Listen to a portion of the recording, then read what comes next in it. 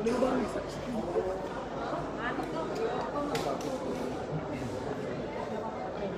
Cool. Bisa Kak, maaf Kak. Ya, pertama kami perlu sampaikan terima kasih ya kepada Majelis Hakim yang tadi menayangkan video di Duren 3. Jadi kita bisa lihat, bahkan tadi Hakim juga menjelaskan bahwa setelah beberapa bagian gambar itu di zoom dan diperlambat, Majelis Hakim mengatakan itu tidak nampak. Dan kalau kita hubungkan dengan permintaan sebelumnya, permintaan tayangan video ini adalah untuk memastikan apakah Pak Ferdy Sambo menggunakan sarung tangan hitam. Tadi sama-sama kita lihat tidak ada penggunaan sarung tangan hitam. Dan para saksi juga mengatakan bahwa tidak ada sarung tangan hitam yang ditemukan di TKP, apalagi foto sarung tangan hitam. Dan itu tentu saja semakin menguatkan bahwa ada bagian dari dakwaan jaksa, jadi semakin banyak bagian dari dakwaan jaksa yang gugur satu persatu dari rangkaian proses persidangan. Sebenarnya tadi kita juga bisa melihat kalau video di rumah Saguling itu ditayangkan, tapi kami juga tadi menyampaikan kepada Majelis Hakim ada potongan video yang juga kami ajukan sebagai bukti yang menunjukkan bahwa pada saat meninggalkan rumah Saguling sebenarnya Pak Ferdy Sambo juga tidak menggunakan sarung tangan hitam tersebut. Padahal kalau dalam dakwaan jaksa itu adalah salah satu poin yang dituduhkan jaksa, seolah-olah ada perencanaan pembunuhan di sana. Tapi proses masih berjalan, tentu kita akan menggali. Ada beberapa fakta lain yang juga penting yang tadi ditegaskan terkait dengan sisa peluru di dua senjata yang ditemukan oleh tim penyidik Polres. Ada dua senjata, satu Glock 17 yang digunakan atau diambil dari Richard Eliezer, dan kemudian HS. HS ini senjata yang sebelumnya dipegang oleh Joshua. Jadi ada dua senjata yang kemudian juga jadi barang bukti.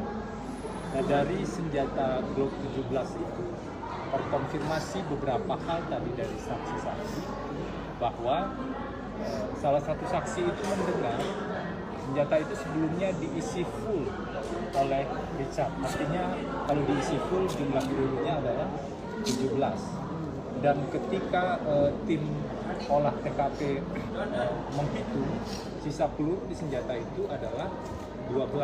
Artinya ada 5 peluru yang sudah digunakan melalui senjata Glock 17 tersebut, senjata yang dipegang oleh Richard.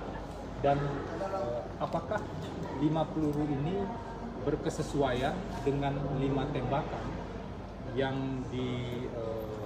diduga dilakukan oleh Richard pada almarhum Joshua, itu tentu semakin membuat kita mendapatkan fakta-fakta atau puzzle yang semakin lengkap. Siapa sebenarnya penembak almarhum Joshua, khususnya 5 peluru yang digunakan untuk menembak almarhum Joshua tersebut. Itu yang pertama.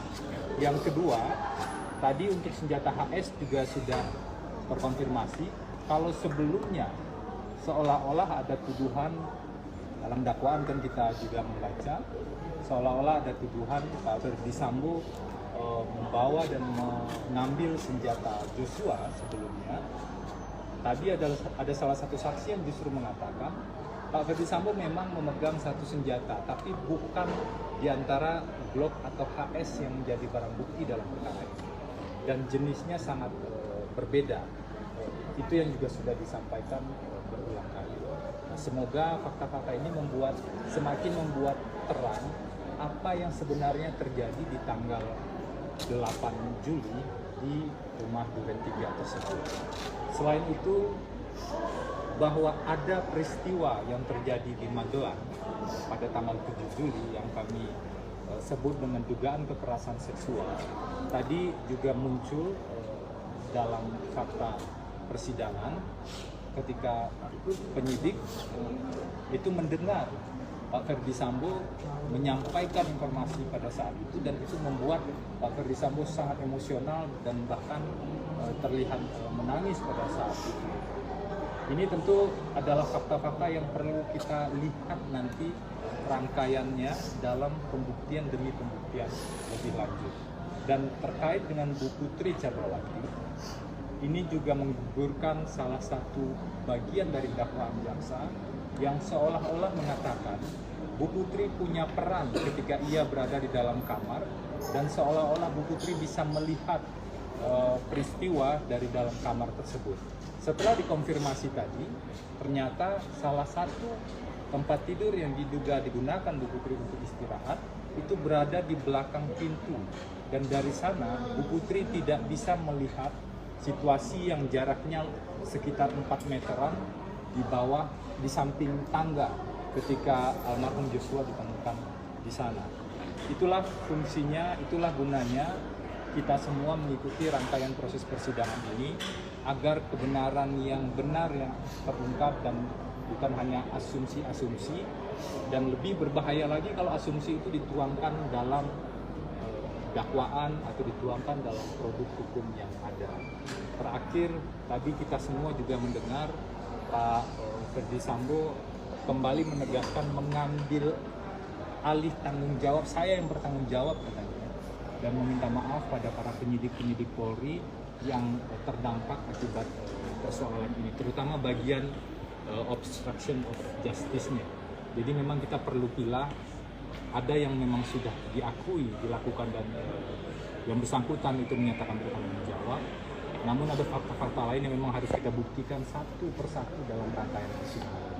Silakan kalau ada. Mas, terkait pernyataan terakhir dari Pak Ferdi Sambo tadi yang meminta maaf dan memberikan keterangan yang kurang tepat di awal BAP dan lain sebagainya, apakah itu bentuk pengakuan dari Pak Ferdi Sambo terkait memberikan keterangan kurang tepat di awal itu, Mas?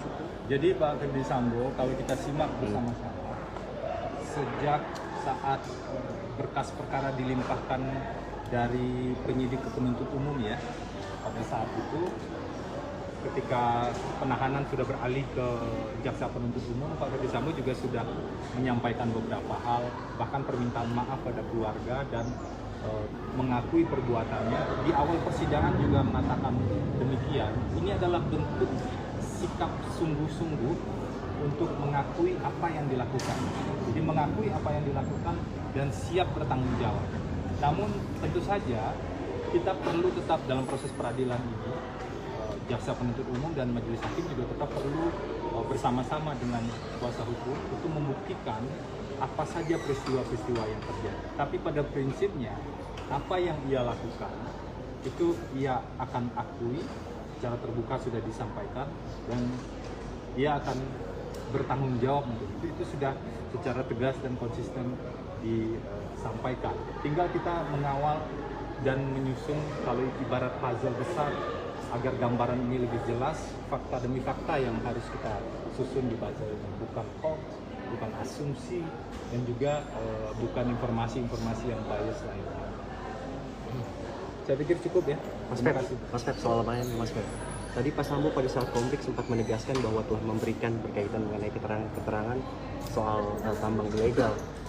Terus menjerat sejumlah pimpinan Polri. Tahu gak Mas Pep ini pimpinannya siapa yang menjerat tersebut? Saya fokus pada perkara ini, saya pikir cukup ya. Mungkin penjelasan bisa Terkait sisi Tadi kan ada ini ya, yang mendobrak masuk, ada salah satu fans katanya mau ngasih hadiah ke Pak Sambo. Kira-kira dari PH akan menerima itu dan menyampaikan ke Pak Sambo? kita juga nggak tahu itu. terkait permintaan CCTV dan dari kuasa hukum minta ahli untuk melakukan perbaikan CCTV tadi, Pak. Tujuannya untuk kedepannya seperti apa? Ya, CCTV ini itu kan tergolong alat bukti elektronik ya. Ketika sebuah alat bukti elektronik itu dihadirkan di persidangan, kalau itu berbentuk visual misalnya, kita kan perlu melihat apakah visual itu cukup terlihat jelas atau ada beberapa penegasan yang perlu dilakukan.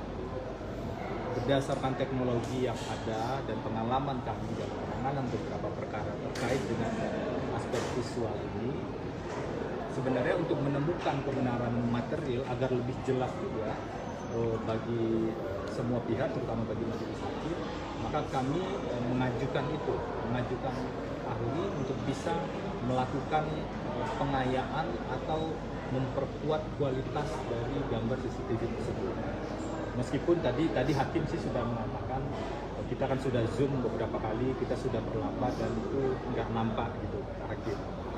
Kami melihat sebenarnya dari gambar yang ada saat ini kan tidak ada ya sarung tangan tersebut.